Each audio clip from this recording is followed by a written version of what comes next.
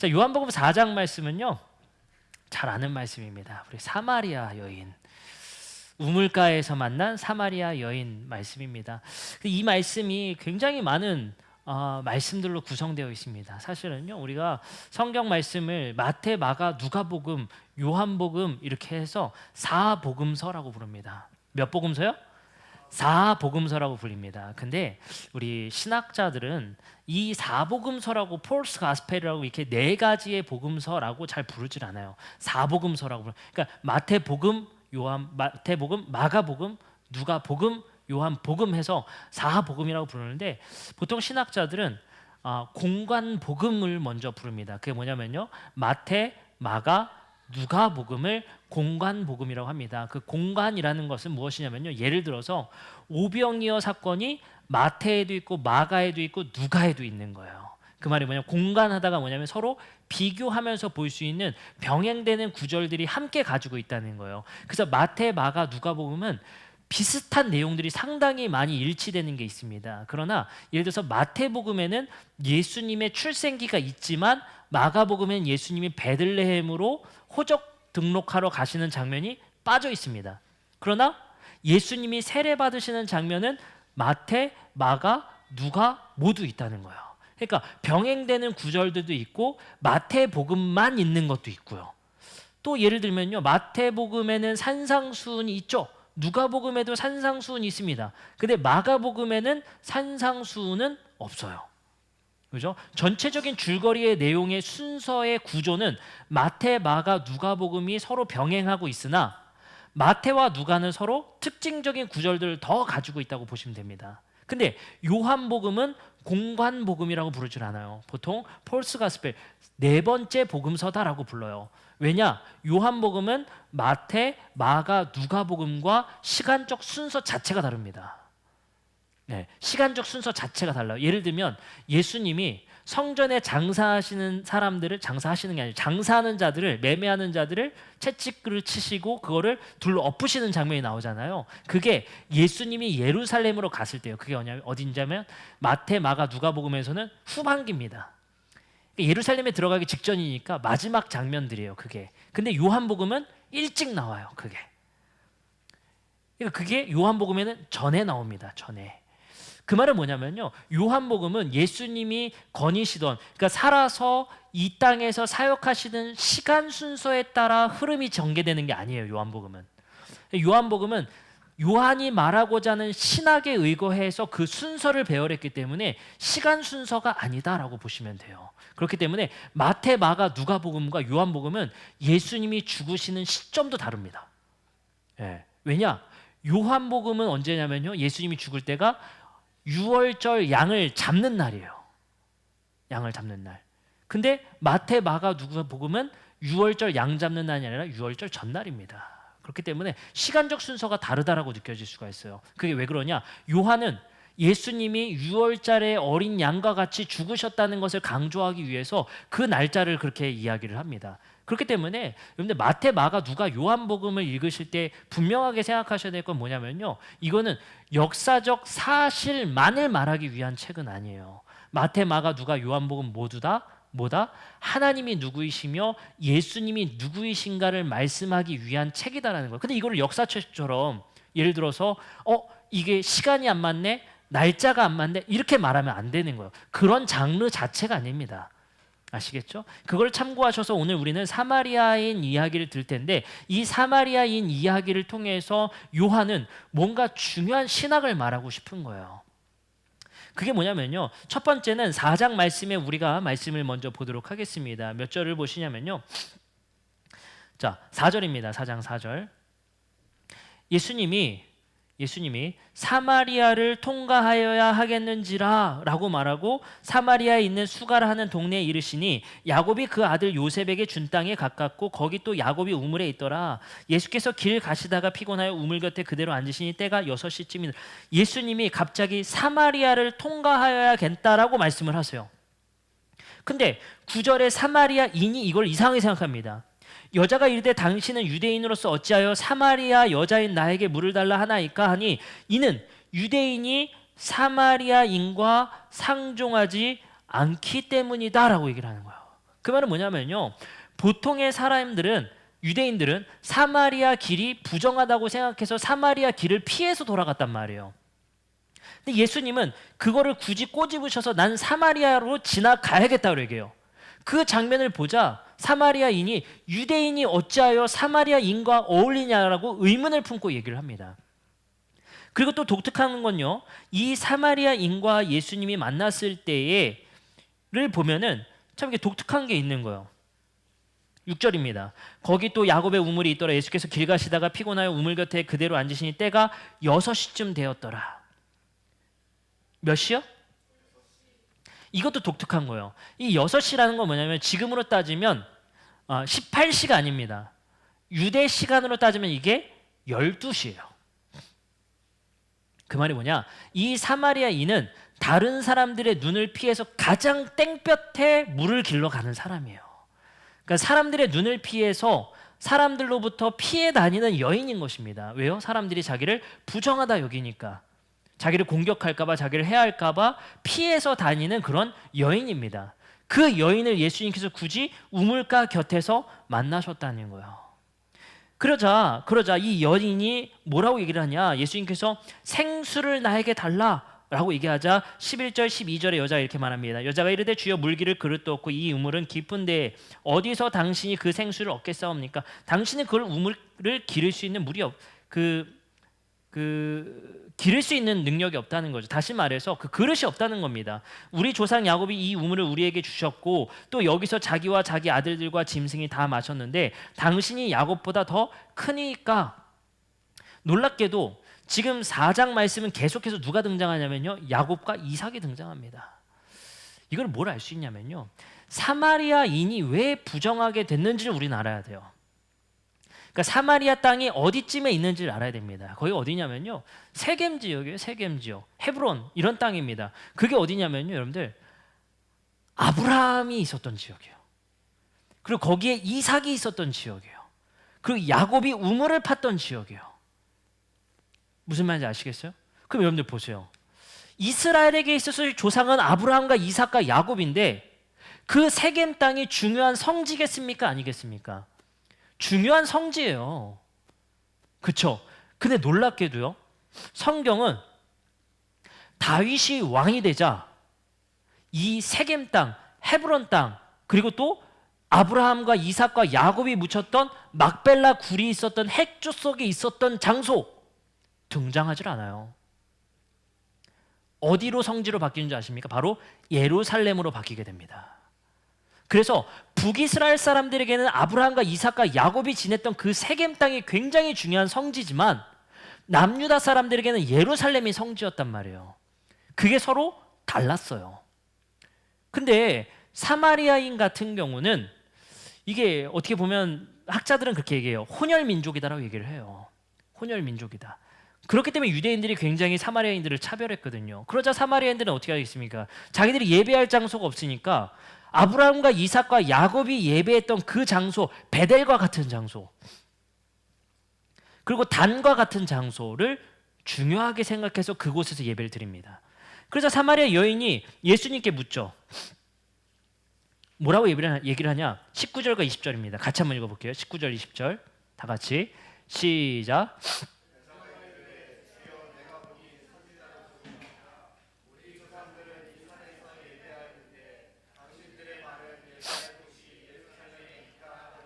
우리는 예배할 장소가 여기 산인데 당신들은 예루살렘에 있다 하니 내가 참 어렵습니다 얘기를 하는 거예요.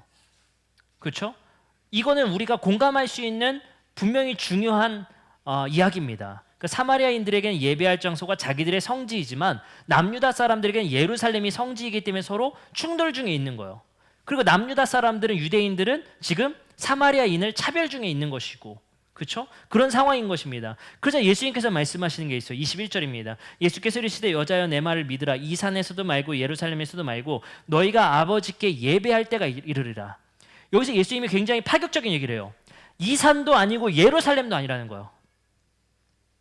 그러니까 장소의 중요성을 떠나서 예배할 때가 있을 거라는 거예요.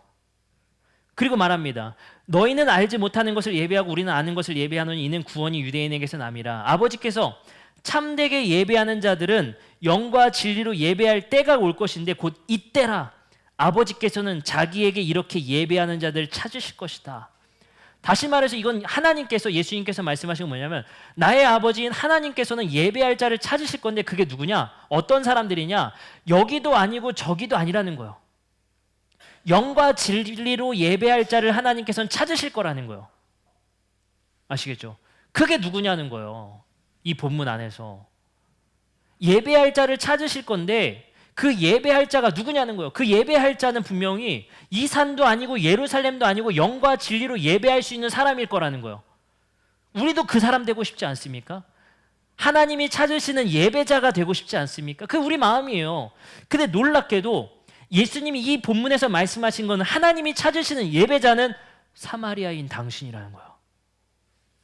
이게 굉장히 충격적인 얘기인 겁니다. 근데 그 사람이 어땠느냐? 이런 말씀이 있어요.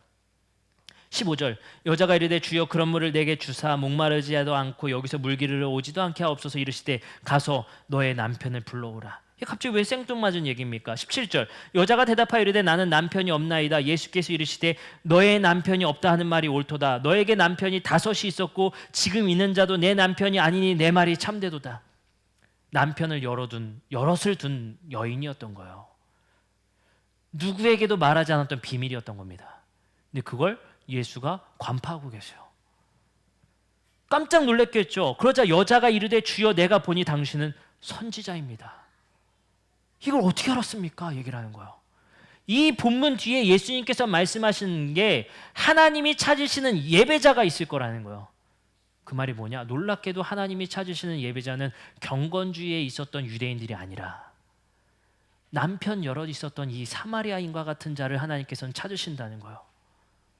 놀랍죠. 그러면 과연 이 부정했기 때문에 하나님께서는 이 사마리아 여인을 찾으셨을까요? 단지? 아니에요. 이 본문 속에서는 놀라운 이야기가 숨어져 있습니다. 한번 볼게요. 4장부터 9절 말씀 한번 봐보세요. 동그라미를 치세요. 9절, 사마리아 여자가 이르되 당신은 유대인으로서, 예수님을 누구라 불러요? 유대인. 동그라미 치세요. 사마리아 여인이 처음 예수에 대한 인식은 유대인이에요. 두 번째, 어떻게 변하는지 보겠습니다. 그가 남편을 데려오라 하자, 남편이 없다 하자 예수님께서 넌 남편이 5이 있기 때문에 없다고 하는 것이다 라고 콕 집어서 얘기하세요. 그러자 이 사마리아인이 예수님에 대한 인식이 어떻게 바뀌느냐? 19절, 여자가 이르되 주여 내가 보니 당신은 그냥 유대인이 아닙니다. 누구다? 선지자입니다. 동그라미 치세요. 자, 그리고 나서 예수님께서 말합니다. 이 산에서도 아니고 예루살렘에서도 아니고 영과 진리로 예배하는 자를 하나님께서 찾으신다 라는 말씀을 하자 25절, 여자가 이르되 메시아 곧 그리스도다. 뭘로 바뀌어요? 그리스도로 바뀝니다. 그러자 예수님께서 정답을 말씀하세요. 26절, 예수께서 이르시되 네가 하는 말이 내가 크다. 정확하게 맞췄다는 거예요. 그럼 이 요한복음 말씀은 뭘 말하고자 하는 거냐? 놀랍게도 예수가 그리스도라는 사실을 인식할 수 있는 사람은 경건주의 유대인들이 아니라 사마리아인이었다는 거예요. 그 사마리아인만이 내가 그리스도이라는 인식을 믿었고, 그 사마리아인만이 그 성전과 그 산을 떠나서 예수로 예배하는 예배자가 될 수 있었다는 거예요. 근데 이 믿음은 누구로부터 등장할 수 있었냐? 놀랍게도 경건주의 유대인이 아니라 부정할 대로 부정했던 사마리아 여인이었다는 거예요. 여러분들, 어쩌면 하나님이 찾으시는 예배자라는 것은 내가 예배자 되겠습니다가 아니라 하나님께서 우리를 찾으시는 줄 믿어야 됩니다.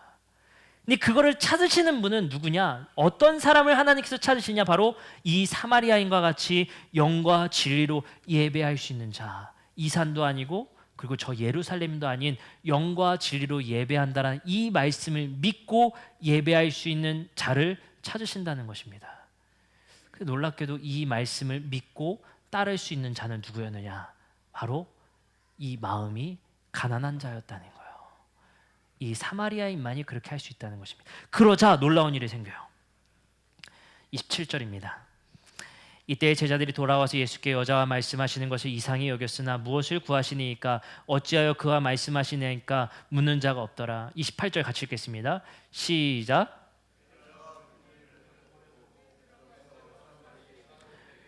물 길던 물동이를 벗어두고 예수를 전하러 동네에 가버립니다. 자, 보세요. 이게 무슨 말인 줄 아십니까? 여러분들, 지금 사마리아 여인은 결단하고 방향의 전환을 한 거예요. 이 산도 아니고 예루살렘도 아닌 예수가 그리스도라는 그 사실을 믿음으로 예배할 수 있는 자가 되기 위해서 이 산도 아니고 예루살렘도 아니고 자신이 먹고 마시는 그 중요한 물동이를 버려두고 동네로 가게 됩니다. 여러분들, 놀랍게도 이 사마리아 여인은 방향 전환을 여기서 한다라는 것을 분명히 요한은 말하고 있어요. 그리고 동네에 이자가 그리스도라는 사실을 전하러 갑니다. 우리는 이 사실을 통해서 무엇을 알 수 있느냐? 여러분들, 우리가 하나님 앞에 회개를 한다는 것은, 그리고 죄를 씻음 받는다는 것에 중요한 포인트가 있어요. 우리는 자꾸 이렇게 얘기합니다. 예수님, 나의 죄를 씻어주세요. 여러분들, 회개기도 어떻게 하시죠? 잘못했어요, 용서해 주세요, 내 죄를 씻어 주세요, 이렇게 기도하잖아요. 사실 이것은 정확한, 그리고 정확한 표현의 회개 기도가 아닙니다. 나 잘못했어요, 나 용서해 주세요는, 회개는 돌아서는 행위인 겁니다. 하나님께서 내 죄를 씻어 주셨다, 우리 자꾸 여기에만 집착해요. 내 죄를 씻어 주셨다만 집착을 한단 말이에요. 근데 회개는 나의 모습을 씻어주는 게 아니라, 회개는 내가 방향을 전환한 상태를 말하는 거예요. 물동이를 버려두고 예수를 쫓겠다는 그 길에 같이 돌아선 자를 말하는 거예요. 그 말은 뭡니까? 예수가 가는 그 방향을 같이 바라보고 있는 자가 됐다는 거예요. 하나님이 바라보는 것을 같이 바라보는 자가 되고, 사마리아인은 예수가 가야 할 길을 같이 바라보고 물동이를 버려둔 자가 됐다는 거예요. 그 말은 뭐겠습니까? 회개라는 것은 하나님, 내 죄를 씻어주세요, 나 잘못 없게 해주세요, 나를 깨끗하게 해주세요 고백이 아니라, 하나님이 우리에게 가길 원하는 그 길로 돌아서는 자를 말하는 겁니다. 우리에게 중요한 것은 예수님이 바라보는 것을 함께 바라보며 그 길을 함께 걸어가는 자가 바로 하나님이 찾으시는 예배자라는 거예요. 우리는 너무나도 사실 수동적인 신앙생활을 하고 있는 것 같습니다. 우리의 삶 속에서 항상 죄책감이 많이 우리 안에 들게 되죠. 그럴 때마다 우리는 용서를 구하고 회개를 합니다. 우리가 회개 기도라는 그 기준과 생각을 좀 변화시켜 주셨으면 좋겠어요. 오늘 내가 회개 기도를 한다는 것은 A로 가던 길을 B로 돌아섰다는 거예요. 나 잘못했습니다라고 계속 용서를 구하는 것이 아니라, 여러분의 길을 여호와께로의 그 길로 다시 돌아선 자를 얘기해요. 바로 이 사마리아 여인과 같이 물동이를 버려두고 그 길을 유턴했던 사람인 것처럼 우리가 그러했으면 좋겠습니다. 우리 교회가, 그리고 우리 성도님들이 단순히 입술로만 회개하는 교회가 아니라, 입술로만 회개하는 성도가 아니라 우리의 길을 돌아설 수 있었으면 좋겠습니다. 예수가 가는 그 길, 바로 뭡니까? 예루살렘을 향하여 가는 그 길에 같이 서 있어야 되는 겁니다. 그게 바로 회개인 겁니다. 여러분들, 베드로와 안드레와 요한은 어땠습니까? 자신들의 그물을 버려두고, 배를 버려두고 그 길 위에 같이 서 있는 겁니다. 그리고 예수님께서 말씀하십니다. 너희들은 이 길에 서 있기만 해서는 안 된다. 십자가를 져라. 그것이 바로 회개라는 겁니다.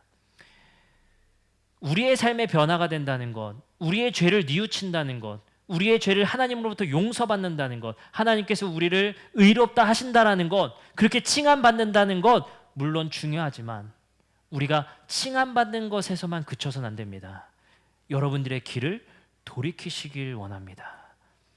예수님께서 가셨던 그 길로, 그리고 사마리아인이 물동이를 버려두고 예수가 가는 그 길로 돌이켰던 것처럼, 베드로와 제자들이 자신들이 생계를 차지하고 있었던, 생계를 책임지고 있었던 배와 그물을 내려두고 예수가 가는 그 길에 서 있었던 것처럼, 자신이 원래 가려고 했던 그 길에서 돌아서 예수님의 그 길을 바라봤던 것처럼, 어쩌면요, 더 정확한 표현은 이제 우리가 예수만 바라보자.